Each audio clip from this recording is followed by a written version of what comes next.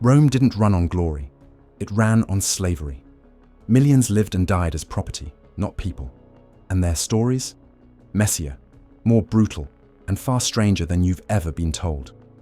In the Roman Empire, a slave was not a person.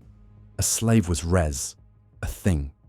Legally, slaves were objects, classified alongside carts, furniture, or livestock. The body might breathe and speak, but the law reduced it to a tool, a possession, something that could be owned, sold, punished, or used at will. Despite this status, enslaved people were everywhere. They made up an estimated 30 to 40% of Italy's population during the height of the empire. Millions of human beings who ran the machinery of Roman life. They cleaned, cooked, farmed, taught, entertained, mined, built, and died. Rome did not function without them, yet their names were rarely remembered. They existed beneath the marble, between the aqueduct stones, under the household stairs, dispensable and invisible.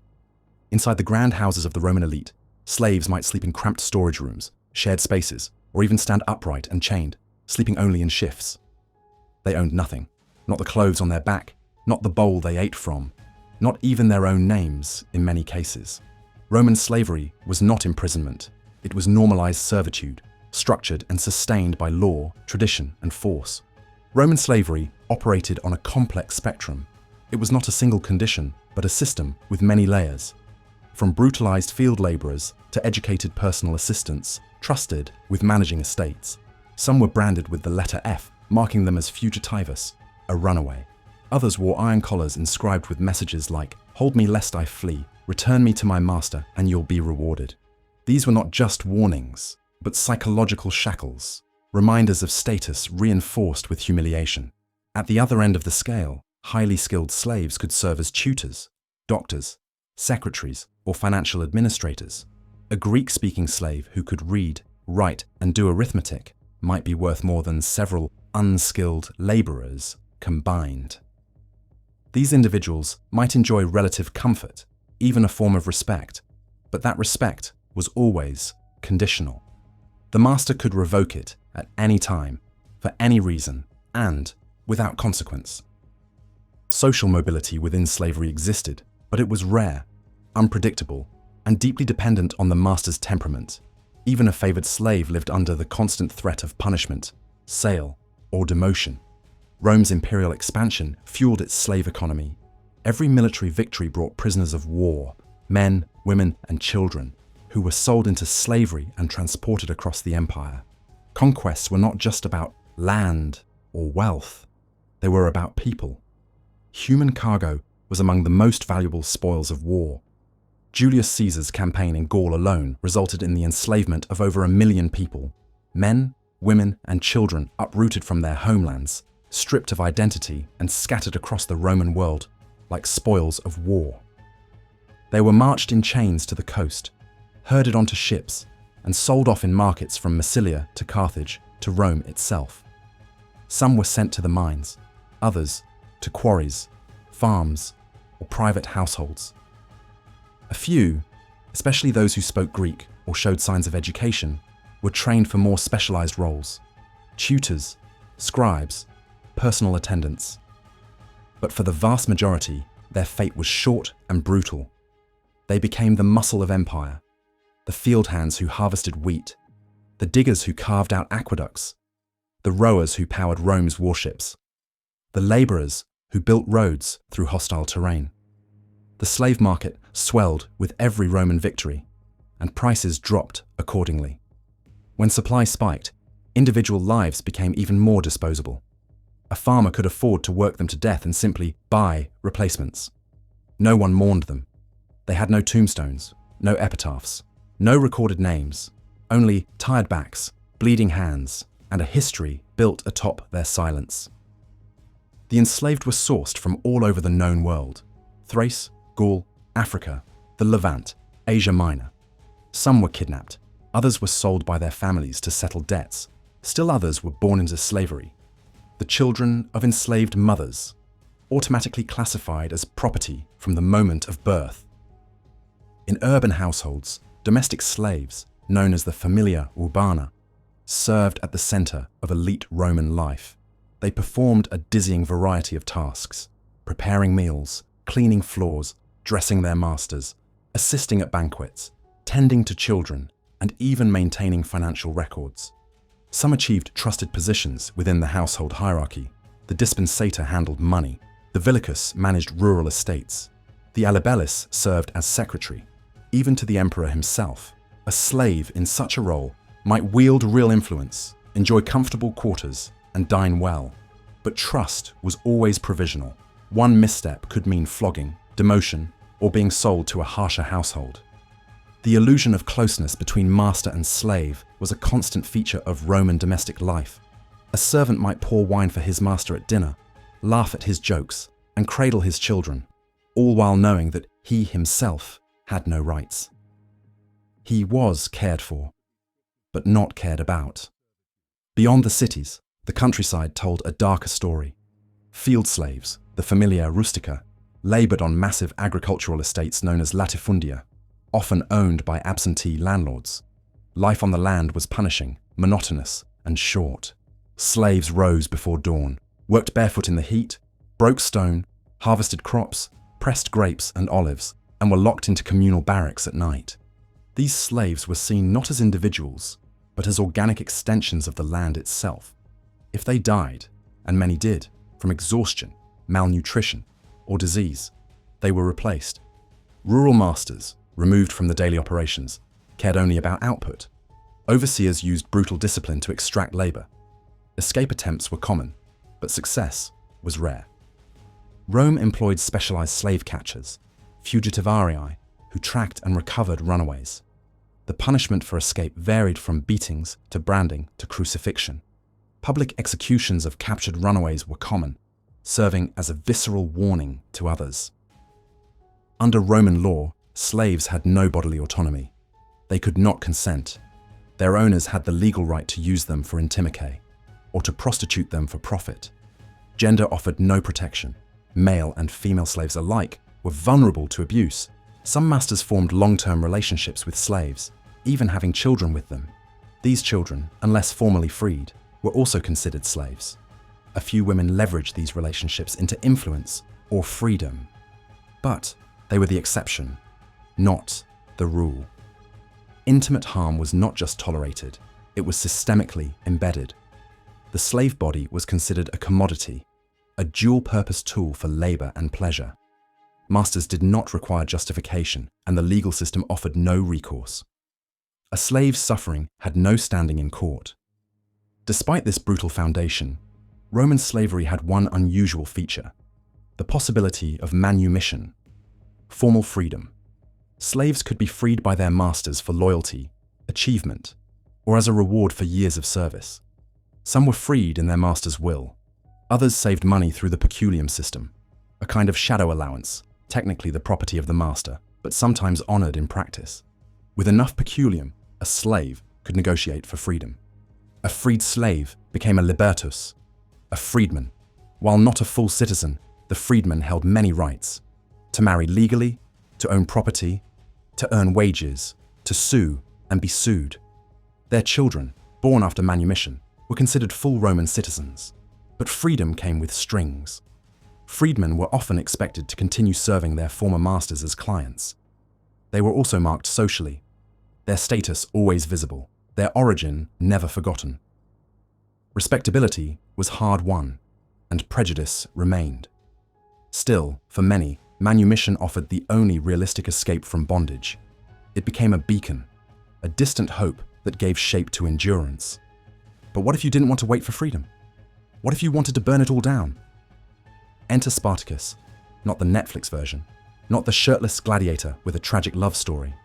The real Spartacus was a Thracian soldier-turned-slave who trained as a gladiator in Capua. In 73 BCE, he and about 70 fellow slaves escaped from a ludus gladiator school, armed themselves with kitchen tools, and sparked one of the most terrifying revolts Rome had ever seen. At its peak, Spartacus's army numbered over 100,000, mostly escaped slaves, day laborers, and rural poor. They beat Roman forces in open battle, marched up and down Italy, and sent senators into full panic mode. But Rome doesn't like losing. The revolt was crushed. Spartacus was likely unalived in battle. 6,000 of his followers were crucified along the Appian Way, a grisly warning stretching over 120 miles. No graves, just crosses. A reminder. This is what happens when you forget your place. Let's say you're born in Rome. Not into a noble family, not into a modest plebeian household, not even into poverty. You're born into property. You're the child of a slave mother. That means you're not technically enslaved. You're automatically enslaved. That's Roman law. The child follows the status of the mother. Doesn't matter if the father's a citizen. Doesn't matter if he's your master. Doesn't even matter if he loves you or claims you. If your mother is a slave, so are you. Slave children were an investment. You're small, so you're cheap to feed. You're malleable, so you're easy to control. You can be trained or broken early. And best of all, you don't remember freedom, so you're less likely to rebel. Many Roman elites preferred to raise their own slaves in-house rather than buy adults from the market. It was more cost-effective. You were, in essence, domestically produced labor. Some slave children were trained for specific roles from the start, groomed as body servants, entertainers, musicians, hairdressers. Others were handed off to the fields as soon as their legs could carry baskets. You might be taught to smile when guests arrive. You might be beaten for sneezing at the wrong time. And here's the kicker. If your master is especially strategic, he might breed his slaves, literally pair them off to produce more labor. You're not a son. You're not a daughter. You're capital. In a world this brutal, surely religion offered comfort, right? Sort of. The Roman gods didn't particularly care about your moral worth. They cared about rituals, sacrifices, and whether you remembered to honor them on their feast days. Jupiter wasn't smiting slaveholders for injustice. He was too busy enjoying his offerings and making eyes at mortal women. Some slaves brought their own gods with them. Eastern cults, local tribal deities, ancestor worship. These faiths were often tolerated, sometimes mocked, occasionally outlawed, but mostly ignored by the state. The one twist in the tale is Christianity. In the early centuries CE, Christianity began to spread among the enslaved. Not because it promised revolution, it didn't, but because it spoke of human dignity, a God who saw everyone equally, a kingdom not of this world. But even Christianity was complicated. While some early Christians condemned the cruelty of slavery, others accepted it as a social reality, advising slaves to be obedient and masters to be kind. Liberation was spiritual, not political. So while it offered solace, it didn't rewrite the system. Not yet. You might think a slave had no place in Roman art. But oh, they were everywhere, just not by name. In mosaics, you'll see them pouring wine, holding parasols, washing feet. In literature, they're comic relief or plot devices. Clever tricksters, doomed lovers, loyal sidekicks. Plautus, a Roman playwright, loved using slaves as witty narrators, characters who knew more than their masters, but could never escape their role. But the most gruesome stage of all was the arena, Rome's most theatrical display of power, control, and cruelty. Some enslaved individuals were handpicked and trained as gladiators, housed in barracks known as ludi, where they learned to fight for spectacle, not survival. They were branded, renamed, and transformed into living entertainment. Not all gladiators were slaves. Some were free men seeking fame or coin. But the majority entered the arena in chains, condemned by circumstance or punishment. The life expectancy was brutal. Slaves could be sentenced to the arena for crimes, insubordination, escape attempts, or simply displeasing a master. There was no trial, no appeal. One bad day, one wrong word, and a man might find himself rebranded not as a servant, but as a fighter, or worse, as fodder. Others were used in venaciones, staged hunts with wild animals, lions, bears, crocodiles, slaves thrown in with minimal weapons or none at all. Sometimes they were dressed as mythical villains and executed as entertainment. Public execution as performance art. And the crowd loved it. The blood, the choreography, the illusion of justice. Even death was monetized. Roman elites often owned dozens, sometimes hundreds, of slaves. Yet despite their immense power, many lived in a state of quiet terror. Fear of rebellion seeped into every corner of elite households. Daggers were kept under pillows. Baths were never taken alone. One slave might be appointed to monitor the others. Bodyguards were rotated regularly. A smile from a servant could be unsettling. Too quick, too cautious, too knowing. Beneath the surface, elites understood. Their slaves had every reason to hate them. Large-scale uprisings were rare, but the fear of revolt loomed large in the Roman imagination. Even a whisper of disobedience could trigger brutal, collective punishment. If a master was murdered, even by a single hand, the entire enslaved household might be condemned. In 61 CE, after the former consul Pedanius Secundus was unalived by one of his slaves, the Senate ordered the execution of all 400 slaves under his roof. Men, women, children, all put to death. Public protests erupted, but the sentence was carried out. The law prevailed. Mercy was considered weakness.